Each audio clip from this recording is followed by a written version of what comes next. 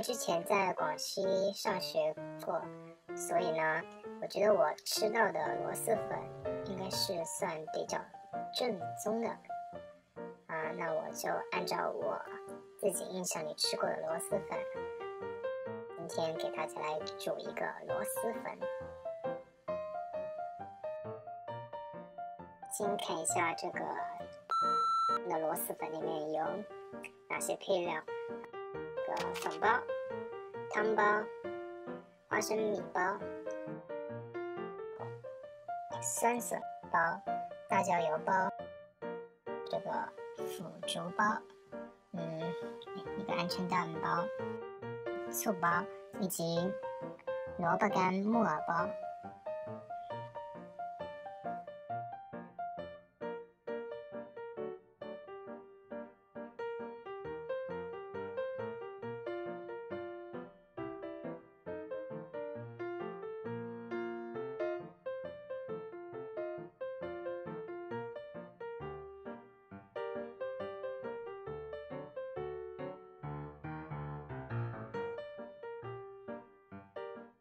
A few moments later， 粉差不多煮好的时候，我把油果跟粉都转移到另外一个盛有冷水的大碗里。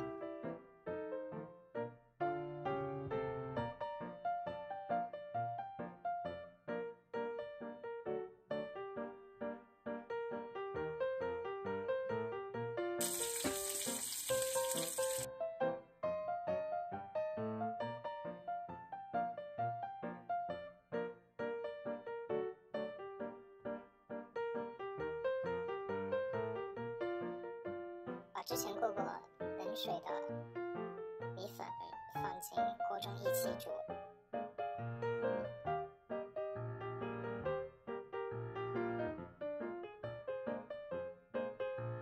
煎一个荷包蛋。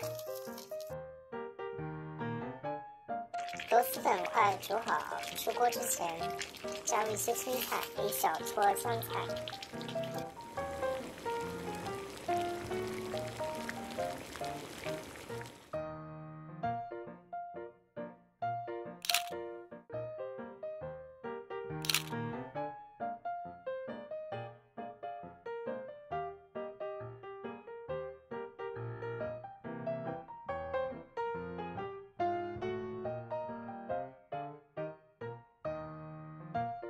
真香！哎呀，